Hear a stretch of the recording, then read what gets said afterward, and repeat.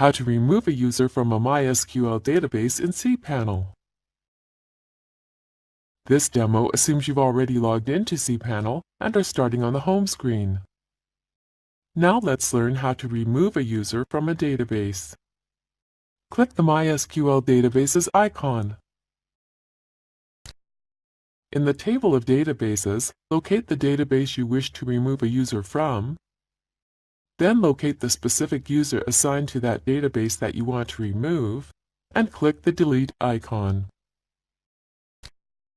Click Revoke User Privileges from Database to confirm. That's it. The user has been removed from the database. The user hasn't been deleted. You can see it still listed in the list of current users. It has simply been removed from that database. This is the end of the tutorial.